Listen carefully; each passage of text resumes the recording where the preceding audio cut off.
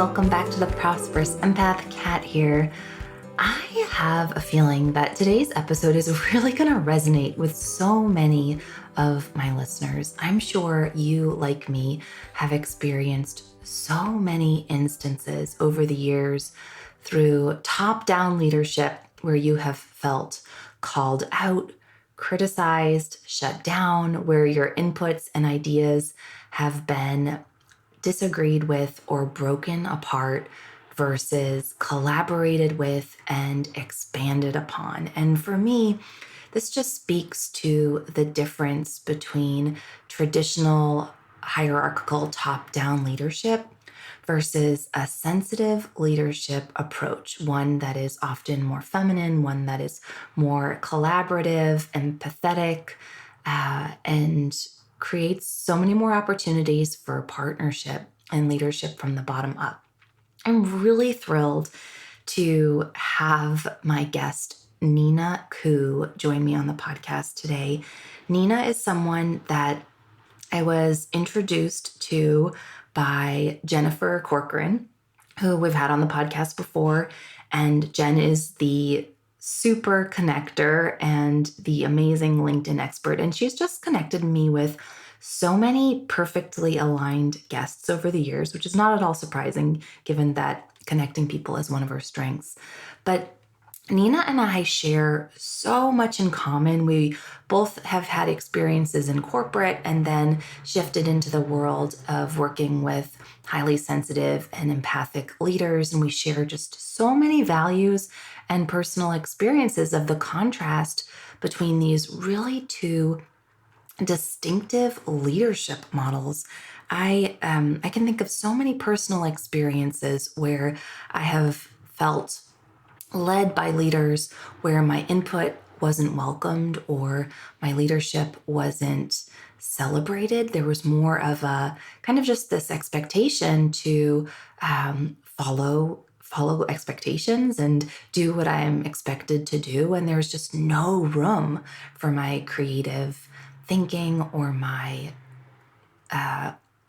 own self-leadership. And I think that truly this next style of leadership that's emerging as we all kind of emerge into this greater collective consciousness is a sensitive approach. So on today's episode, we're really going to explore how do we effectively lead as highly sensitive and empathic leaders? How do we mitigate challenges and how do we work through our own strengths?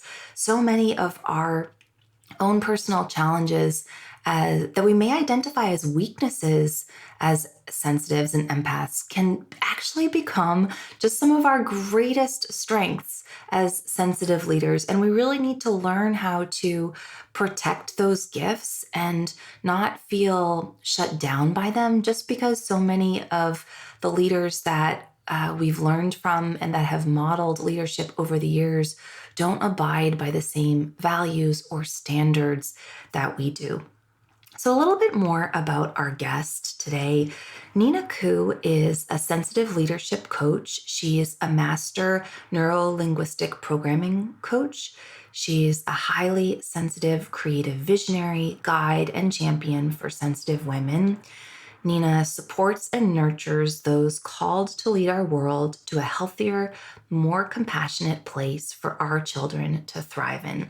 Through understanding and embracing their unique wiring, Nina's clients let go of everything that keeps them small and invisible so they can lead with confidence, integrity, and sensitivity. Oh man, doesn't she sound amazing? She is. It's such a deep dive conversation. I'm really excited for you to tune into it. And before we dive into today's episode, I just want to share a couple opportunities about some upcoming ways to work with me and my team. So if you tuned into last week's episode, you'll know that we're really changing our business model behind the scenes at Unbounded Potential, and the ways in which you can partner with me specifically are going to be changing moving forward. I shared on the episode that I will be shutting down accepting new one-on-one clients into my private practice, which I'm really thrilled about for the spaciousness to pursue some creative projects and support my mastermind. community and members more deeply. And in that same vein, we are in launch mode for the second cohort of our Emerge Mastermind, which is our 6-month mastermind for early entrepreneurs. The doors to register are now open, and you have through Friday, March 22nd at 12 noon Eastern Time to register if you would like to join us now.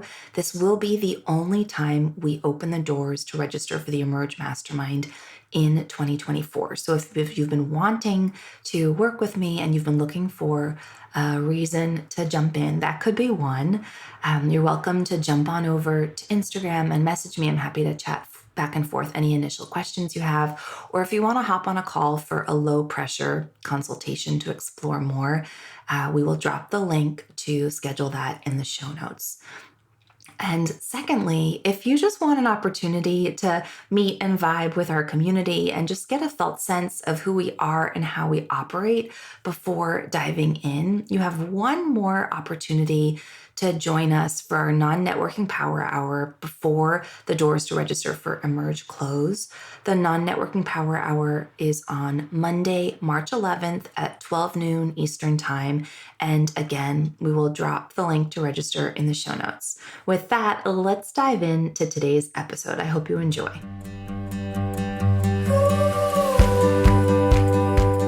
Hello and welcome to the Prosperous Empath podcast, designed especially for empaths and highly sensitive entrepreneurs just like you who are committed to achieving holistic success.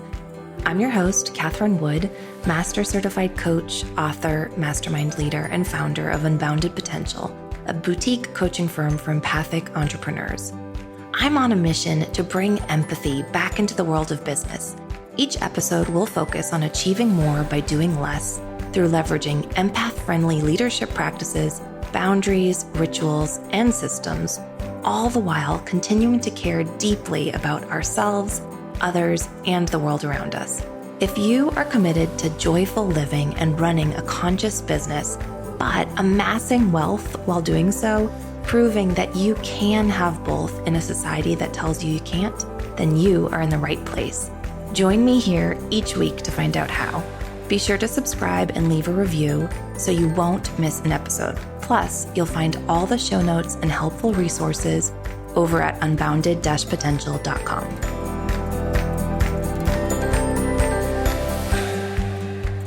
Nina, welcome to the podcast. I'm really thrilled to have you with me today. Well, it's lovely to be here. Thank you for having me. I know that we were connected through Jen Corcoran, and she has sent many amazing guests my way. I'd love for you to kick us off maybe by just sharing your pronouns and then a little bit about your story. I know we're going to talk about sensitive leadership on our episode today. So my pronouns, I'm happy to be she, her. My story. So I've been coaching for coming up to 20 years now using NLP. And it was only 8 years ago that I discovered that I'm a highly sensitive person. And I know Jen, who introduced us, is an HSP as well. And for me, when I found out, it was such a revelation, and I couldn't believe I had gone almost 4 decades of my life and I hadn't come across the trait before. So yeah, it was like a light bulb moment, and it was so profound that I chose to then pivot and focus on raising awareness of the highly sensitive trait and also coaching highly sensitive people, and especially highly sensitive women. You know, your story is one that I hear often. And I think particularly in roles of leadership, where before we acknowledge our sensitivities, we conform to so many other styles of leadership. And I'm wondering, what was your journey? What did you notice? How did you conform in leadership roles, in the business world, in the boardroom, before connecting with your highly sensitivity trait? Gosh, well, before, I haven't really thought of myself as a leader until very recently. And certainly when I worked in the corporate world, which was about 20 years ago, I really didn't think of myself as a leader, and I would never have imagined that I would ever think of myself as a leader.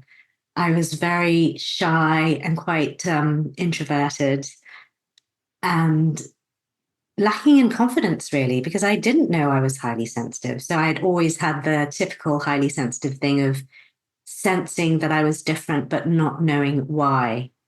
And I remember in particular one occasion so I spent about 4 years in the corporate world for my sins. And I ended up in the debt derivatives technology department of a major investment bank, even though I knew nothing about technology. So I started off doing admin and then project coordination. And I remember my boss sent me along to a meeting to represent him one day. And I was really received with great hostility because the managers there were like, well, what is she doing here? She's not authorized to make any decisions. Where is the CTO? He should be here. And I just shrank. I was just so embarrassed and out of my depth. And I probably just muttered out an apology, turned bright red, and decided, okay, that's it. I'm just going to sit here and not say anything and just take loads of notes.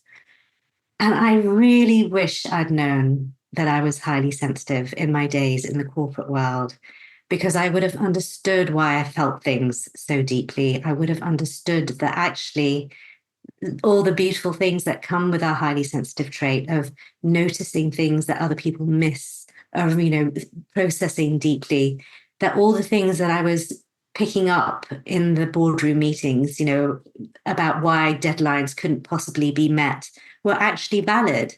Whereas I used to sit there and I think, well, why is nobody else seeing this? Am I crazy? Am I the only one who can see that there's no way this project will be delivered by whatever the deadline was? So I always used to second guess myself or tell myself, no, that must be crazy because nobody else, look, they all know what they're doing. They don't know, they haven't picked up on this. And so it was really challenging for me. But then I did enjoy certain aspects of my work in the corporate world because I used to go around talking to all the developers to find out how they were doing, whether they would be able to hit certain deadlines. And so I got to wander around the department and talk to people.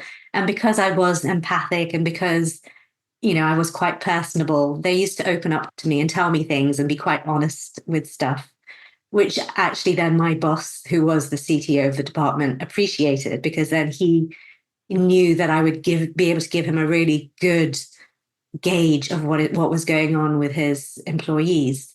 And so I think he knew that I was good at that, but I didn't appreciate how good at it I was. But those were the parts of the job that I really loved. It was talking to people, really advocating for them, finding out what was working for them, what wasn't working for them, and then communicating that back up to the top.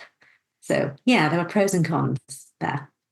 I really appreciate that story because I think that so often some of our greatest gifts in leadership and in business are those very same qualities that we judge or feel insecurity about because we don't often see others in leadership modeling those same tendencies or there's those same traits. And I love that you used the second guessing one because that one is very relevant for my own journey because I know I love the trait of being highly sensitive, that we're highly conscientious. And I think the fact that we are highly conscientious often results in us being more open to other people's perspectives, more willing to consider other people's opinions or thoughts, which can often contradict our own or add to our own. And I find that in so many of the top-down leadership models that I've witnessed, there's no room for differing perspectives. There's no room for different voices. There's just, this is the way it's going to be. This is what we're going to do. This is how we're going to make the decision. Go implement. And so I think I misguidedly thought that I second guessed myself, but in reality, I wasn't second guessing. I was just opening myself up to differing opinions because that's how I'm conditioned. And that's what I love to do. And I think that's why I love hosting masterminds as well, because, the sum of a group of opinions is always bigger than any one opinion. So really there's this greater wisdom, this greater decision making that emerges when there is a welcoming of all opinions. So I really love that you gave that example, because I think so many of our listeners will really resonate with that tendency of second guessing themselves, or or even undermining how important it is in the corporate world to value relationships, to show a genuine care for colleagues and leaders and employees, and that's not always modeled. I completely agree. So, of course, my highly sensitive brain is going off in all sorts of directions here.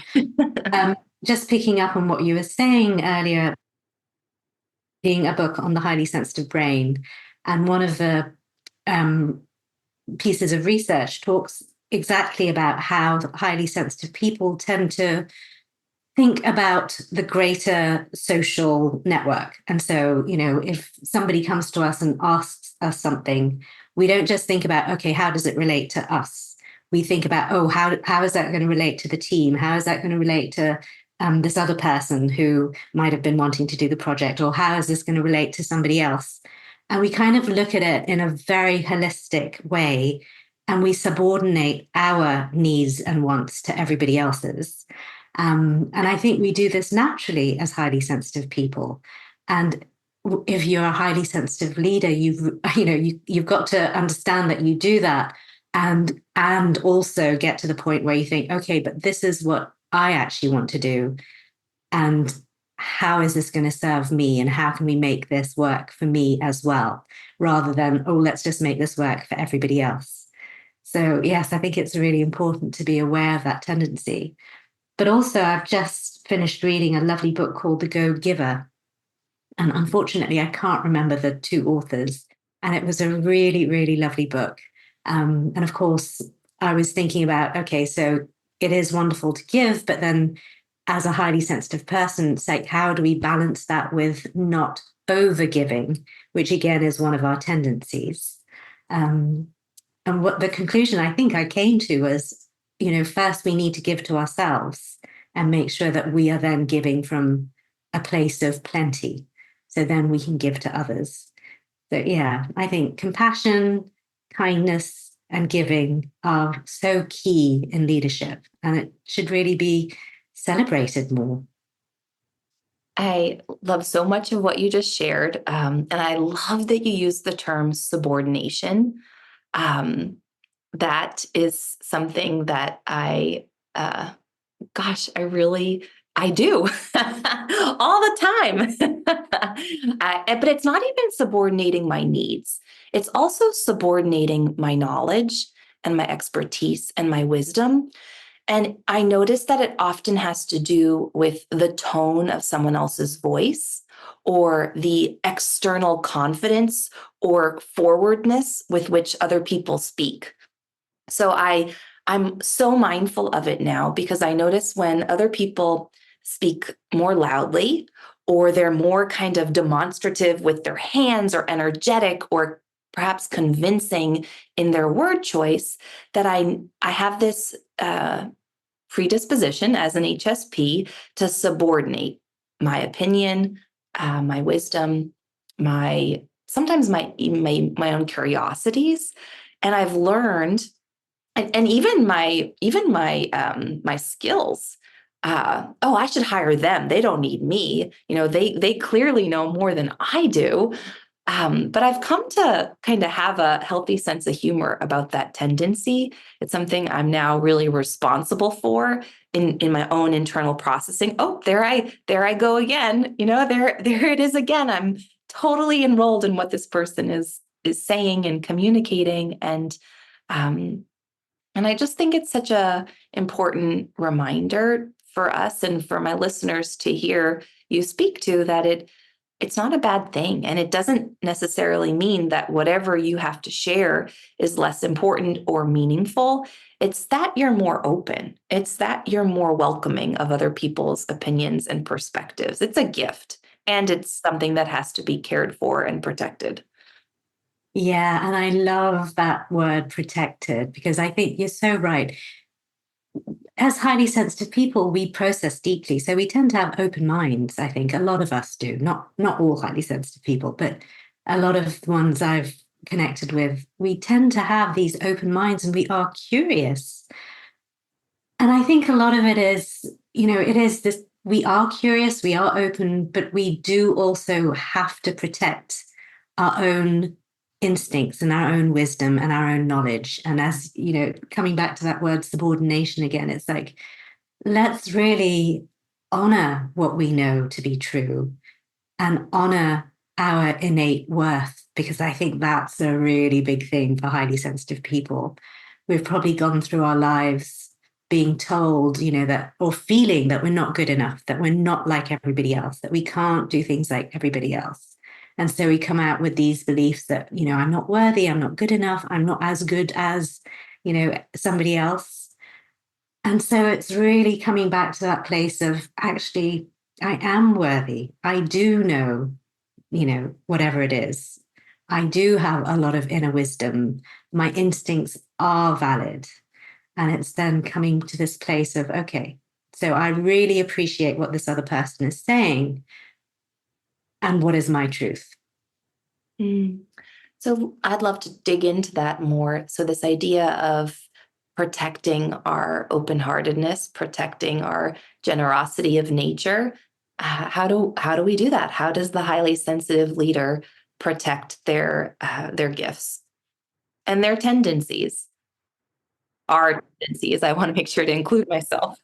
Yeah, well, yes, because I think we have very common tendencies because of the way we're wired. I think a lot of it is understanding our wiring, understanding that we have these highly sensitive brains that take in more information and process it more deeply, which can lead to overwhelm, overstimulation.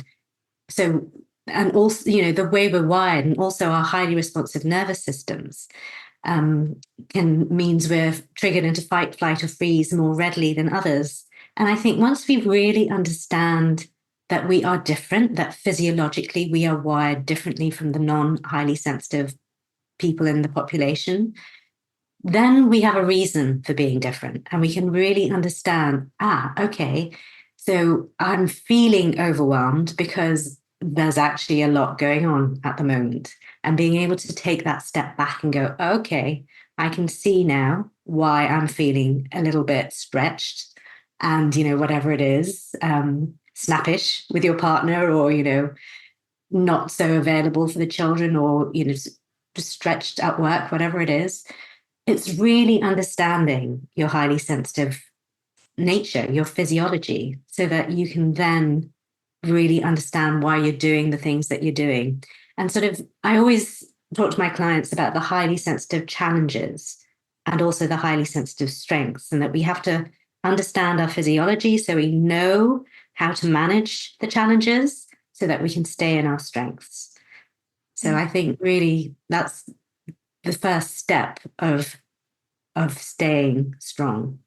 Yeah, I appreciate that. And I'd love to come back to that, really, the high sensitive challenges and the high sensitive strengths. And before we do, I just want to build on something you just shared, because I was reading an article recently around, I think it was tips for being a highly sensitive entrepreneur and really how to thrive as a highly sensitive entrepreneur. And the first tip was the recommendation to have non-HSP kind of colleagues or voices to counter your own HSP tendencies.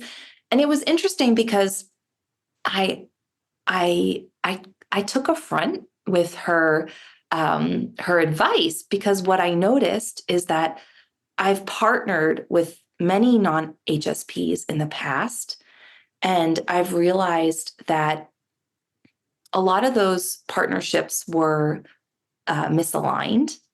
There was not only a value misalignment, but there was also an energetic misalignment, because I think as HSPs, we're natural givers, and we all know that opposites attract, and givers often attract takers in business. And I notice as HSPs, we often partner with takers in business. So I think it's a both and. Like, I think that we need voices to healthily challenge us, but we also need those voices that share a values alignment and share really our philosophy around what's important to us and want to support us in who we are versus perhaps taking something of us. And I'm curious your thoughts on that.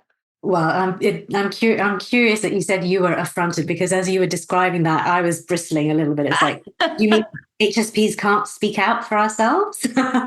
I think, why would you ever want to go into business with somebody who didn't share your values?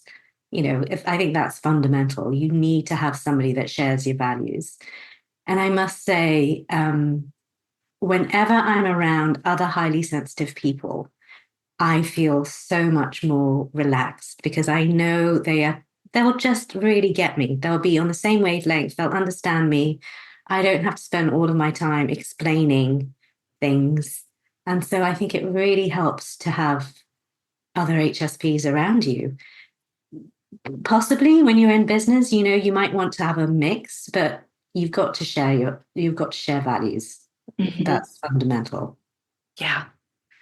Yeah, absolutely. And I also, I'm grateful for my husband, who is not an HSP, and he's always that voice of reason when I need a little kick in the pants. Yeah. And we're very values aligned. Thank goodness.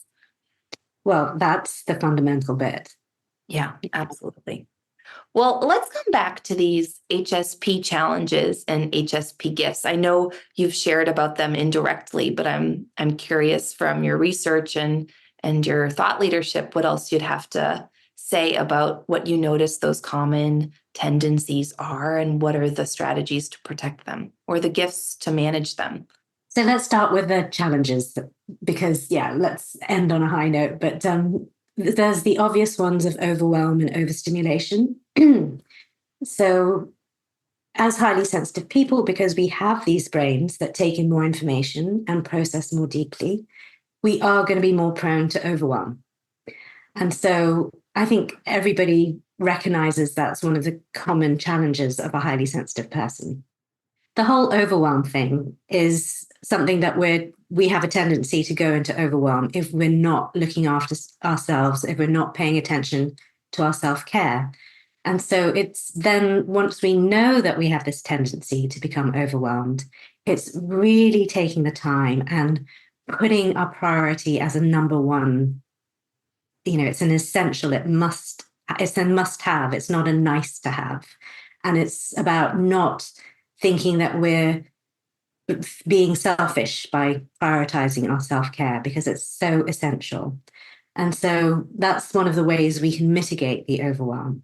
And it's also, I mentioned earlier, it's about having the awareness that if we feel that we're going into overwhelm, it's about being able to take that step back and looking at the big picture, which again is one of our strengths as a highly sensitive person, and going, okay, I can see why I'm getting overwhelmed. It's because this is happening and this is happening and this is happening. No wonder. And it's about taking that breath and realizing. I love that you're sharing this, and it brings something to mind for me. So I've spoken with so many HSP guests who all share their burnout journey. And I know as HSPs and empaths, we often experience burnout, and that oftentimes can be the impetus for becoming empowered around our sensitivity and our empathic nature and tendencies. But do you think perhaps that one of the reasons we're we often experience burnout is because we normalize our overwhelm and we manage around the overwhelm versus learn how to see the overwhelm as a light bulb, as an opportunity to pause and to regroup and to take care of ourselves? Do you think there's a connection there? Absolutely. And I'm going to put something out there that I don't know if you've come across before, but what I've realized recently, so I do a lot of work around our natural cycles. So, as women, we tend to have a 28-day cycle. So we go according to the moon and also the seasons, I believe, whereas men have a 24-hour cycle. And so, in terms of our hormones and everything, the men's cycles will go for 24 hours and then they reset and then they go again and they go again day after day. Whereas as women, we have this much longer cycle, which is 28 days. And of course, we live in a very patriarchal society. And so, our education systems, our work systems, everything, our lives are based around this 24-hour cycle. And I think no wonder women, especially highly sensitive women, are exhausted and burning out because we're trying to fit into this 24-hour cycle when actually our bodies are telling us no. So, yeah, for me, when I realized that, I was like, oh my goodness, no wonder so many of us are burning out. And so I know it's impossible to, especially if you're employed, to sort of say to your boss, you know what, I'm at the point in my cycle where I just need to be at home and hunker down under my duvet and eat lots of chocolate and not really be visible. So that's not going to be possible. But I think what is possible, again, it comes back to the awareness. It's like knowing, okay, this is the part of the cycle I'm in. And if you have any say over it, it's like, okay, I won't schedule meetings where I've got to be visible and, speaking out and on it, because that's not where I am at the moment. And so I know there's lots of coaches out there who've done beautiful work on the cycles. Kate Northrup, I think, is one of them. But yeah, I think especially in our Western society, we don't make this connection that women's cycles are very different from men's cycles. And we're trying to fit ourselves into a way of working and living that just really doesn't work for us. I so appreciate you bringing that example in. And just to provide a little comic relief, I think that there's such a big difference between having an intellectual understanding of cyclical patterns and the differences between genders, and then the willingness to, embrace them in your schedules and your tendencies and how you operate, especially in business when you are largely in charge of your own schedule. My partner in my mastermind, it teaches on cycle wisdom, and we've often been on the same cycle. And when she's on day 2 of her cycle or in the first week, like there are these very, very embodied habits and practices and tendencies that she does. And, she shares very openly about them. And I am so often uncomfortable with the ways in which she changes her routine and her business schedule. And I just noticed that, there's such a difference between our understanding of living in a 28-day cycle and then our willingness to embody and adjust our lives and schedules accordingly. Oh, I love this. Right? Yeah. And, it's interesting, isn't it? Because I think what I've realized as I've got older and as I've learned that I'm highly sensitive and I've had time to really reflect on my life and, have all those light bulb moments, it's just really understanding how influenced I've been by my family, by my society, by my culture, by my workplace, colleagues, etc. And so much of that, you sort of think, gosh, is that really serving me? Why am I doing things this way? And actually, it's such a revelation, especially if you're in business as an entrepreneur, to think, actually, I don't have to do things like that. I have a choice. Even if I have a business coach or a therapist or whatever who's telling me that to do something this way or suggesting something, I don't have to do it if it really doesn't fit for me. Absolutely. Yeah, it's always coming back to that, does really, like, the willingness to really look within and go, okay, that's interesting, but is that really right for me? Yeah. Having the agency almost. It's like, you know what, I'm the one in my body. I'm the one living my life. It's not anybody else. It's like, is this right for me? Yeah. And I just felt I felt affronted when I heard you share that, because as a former coach trainer, I really take affront with those coaches out there who do give advice or who do tell you what to do. Because in my line of work and with my coach philosophy, an effective coach will help you become more, take more self-leadership and gain more agency and really choose what serves them, and then support you in being held to account to implement what you discover and what you find out. Okay, I'll get off my pedestal. So let's come back to the HSP challenges. What's the second one? Oh, let's see. There are many challenges that come from our wiring. So let's see. That overwhelm was number one. So things like perfectionism. So again, that comes from the way we're wired, because we see all the small things that other people miss. So we see all the things that are wrong and can be improved on. And so perfectionism is a huge thing for highly sensitive people, which then is linked to procrastination. If something's not perfect, so say you're creating a program, or you're wanting to create a talk or a speech, it's that iteration. It's like, no, I want to improve it, and then you never get it out there. I can imagine a lot of people who write books might be the same way if they're highly sensitive. It's like wanting to strive for perfection the whole time, and then it's never delivered. And that's one of the greatest shames. So I always love, I think it's Marie Forleo's saying, progress, not perfection, which is something that I try and implement in my life. It's like, okay, stop tinkering with it, just put it out there. It's never going to be perfect. And so perfectionism, procrastination, those are two of the challenges for highly sensitive people as well. And then, of course, there's which comes from seeing things that other people miss, is that whole judging and self-criticism. But it's not just self-criticism, it's also criticizing others and judging others that we tend to do, which then doesn't sit well with us as empathic, sensitive people, and then we have this internal conflict. It's like, oh, how am I being so horrible and judgy of everybody else when I'm actually this loving, empathic person? And so that causes conflict within us. And so, yeah, there's all sorts of, that's a slippery slope. There's all sorts of things that can come out of that.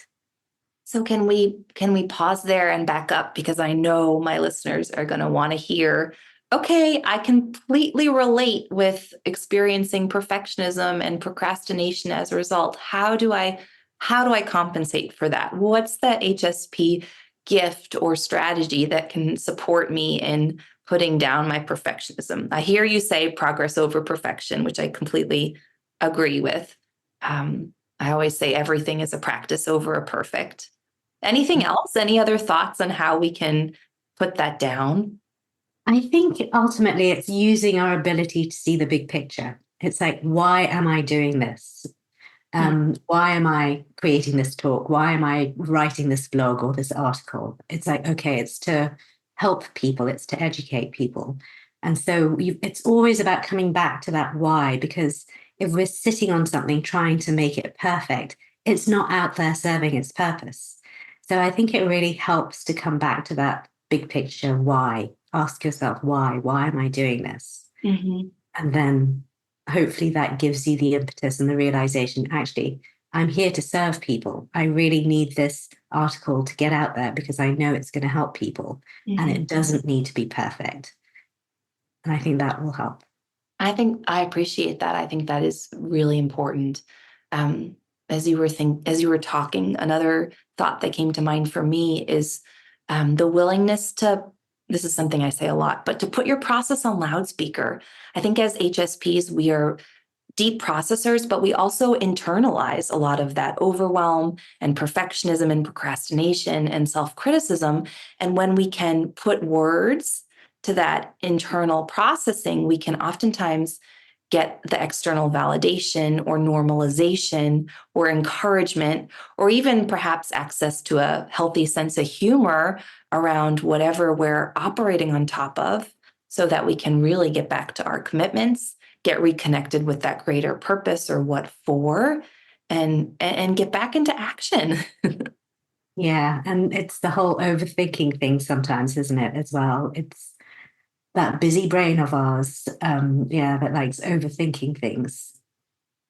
And that's another challenge I think that we can get into. I call it my thought spiral of doom. That if we're highly sensitive people, we can have we have to be so mindful of what we're thinking about, because one negative thought can become 10 and then 100, and then suddenly there's 1,000 negative thoughts going with it. And we go down this thought spiral of doom. And so it's about catching those thoughts and going, oh, okay, so that's the negative. What's the silver lining? What's the bigger picture again? What's the reason behind this? What's the good thing about this? So it's about really paying attention to that inner critical dialogue that we can have going in our minds at times. And we can be so fatalistic about it, can't we? It can be the end of the world, and this is never going to happen. And it can be very much like that all or nothing, very black or white fixed thinking that we can get so stuck in. Yeah, and I think that comes with the whole depth of processing, because we never just have the one negative thought. That one negative thought has a lot of buddies coming with them. Yeah, absolutely. I love that. Any others that we're missing? Any other important ones that we need to highlight? Oh, there probably are, but I can't think of them at the moment. What I suppose one of them is what Elaine Aron calls, the whole ranking system, that we compare ourselves, comparisonitis. And again, it's that seeing things that other people miss, and that depth of processing. We kind of look at others, what other people can do, and go, oh, why aren't I able to do that? What's wrong with me? And so it's always comparing ourselves to others. And so I think I can't remember where I heard this, but it was that piece of advice of, stay in your own lane, just keep focusing on what you're doing and don't worry about what other people are doing. And I think that's really important when you're highly sensitive. It's like, just keep your eyes on what is ahead and focus on what you want to be doing. Because we do, again, get so easily distracted with that highly sensitive brain and that ability to see so many different things. It's like, the next shiny thing. Oh, look, that's happening, and that's happening, and that's happening. Or if this person's doing this, oh, maybe I should try doing that. And sometimes it's just like, no, just trust that you have what you need for yourself. And that's what you need to be doing. It's like really staying focused. I think that can be a challenge for highly sensitive people. Mm-hmm. Yeah. And I think with that comparisonitis, we're again coming back to the subordination. We so often use that comparisonitis as a means to justify why we're not as far along, or why we're less than, or, we demean ourselves, when in reality, in my experience, when we compare, it's typically that there's just some aspect of another person or something that we want for ourselves, and we perhaps have yet to claim or to own, or even just to acknowledge, like, oh, wow, I envy her or them because I want that. And what a much more empowering approach to just claim our desires. I love that. That's such a good reframe. Rather than feeling jealous and envious of somebody, it's like, be inspired and going, yeah, I want some of that. I love that. Absolutely. Well, I've been wanting to just ask you about the highly sensitive leader. Like, if you were to kind of define who they are, or perhaps how they can thrive in the corporate world, or in the boardroom, or in the business place, what do you think is the recipe for success for the highly sensitive leader? I think it comes back to really understanding the way you're wired and your physiology, so that you can stop yourself falling into the challenges and stay in your strength. So understand that you have this amazing brain that is like a supercomputer, but you have to look after it so that it actually works for you.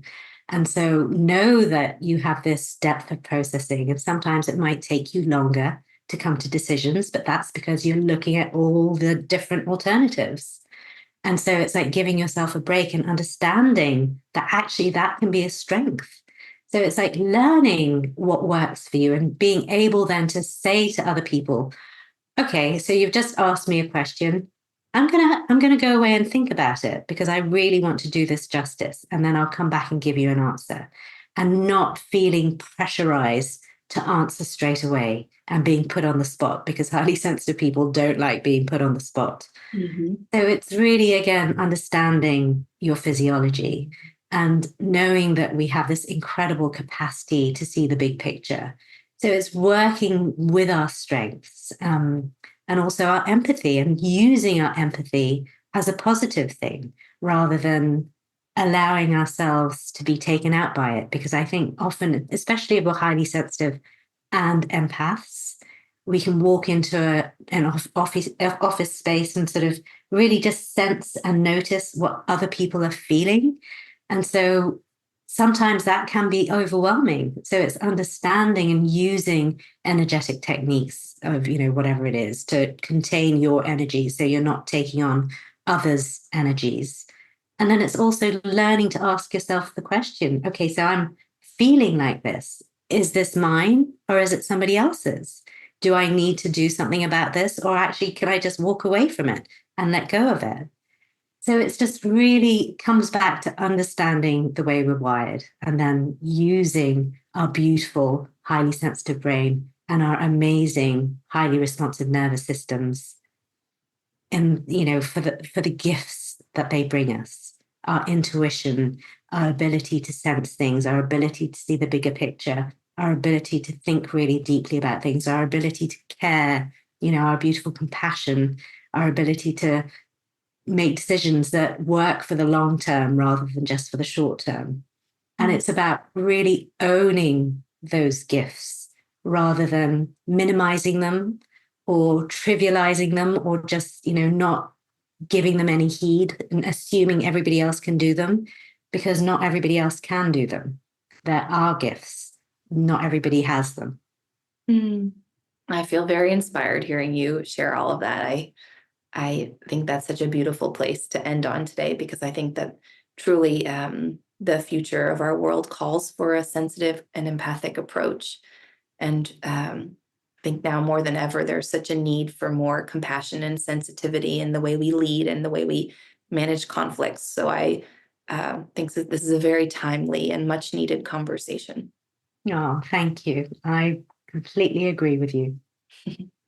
Well, as we wrap for today, I'd love to ask you what I ask of all my guests, which is, what has supported you in becoming a prosperous empath? So I don't think, am I allowed two things? For me, Absolutely. There's no rules here. I was thinking about this, and I think it's not just one thing. So there are two things that I've discovered in the last few years that have really helped me personally.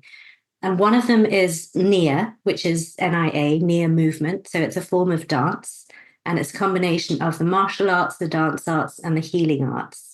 But what I love about NIA, it's not just an exercise, it's a mind, body, spirit, emotional workout. And so once I started doing NIA regularly, it helped me be stronger in my body, but it also helped me really get out of my highly sensitive head, which is where I used to live a lot of the time, and reconnect with my body, really tune in to my body and understand, oh, okay, it's because my body is speaking to me. And so rather than being disconnected from my body, it was reconnecting with my body. So NIA was wonderful, but also something that I've trained in. So I've become certified as a wild voice facilitator. And that's a beautiful process where you connect with your inner, wild, never tamed, never conditioned voice. Amazing. So I think of it as your soul's voice. And so you write from your wild voice. And so the two together, being able to connect into my true soul's voice, combined with the NIA, I kind of see NIA gives me the body and the vessel that is nice and strong, that contains my beautiful soul's voice. And so the two together have been really, really helpful for me. Oh, I love both of those so much. And they're both new. We've never heard those before on the show. So thank you for your originality and thoughtfulness. It's been such a pleasure. Thank you so much. I've really loved our conversation. Oh, so have I. Thank you. Thank you so much for listening today to this episode of the Prosperous Empath podcast with me, Catherine Wood. Make sure you subscribe and leave a review so you don't miss an episode and so more empaths just like you and me can find the show. As a thank you, each month, one lucky reviewer will receive a 60-minute coaching session with a member of our Unbounded Potential team. You can find all the show notes and bonus resources over at unbounded-potential.com. Thank you so much for listening and locking arms with me to bring empathy and prosperity back into the world of business.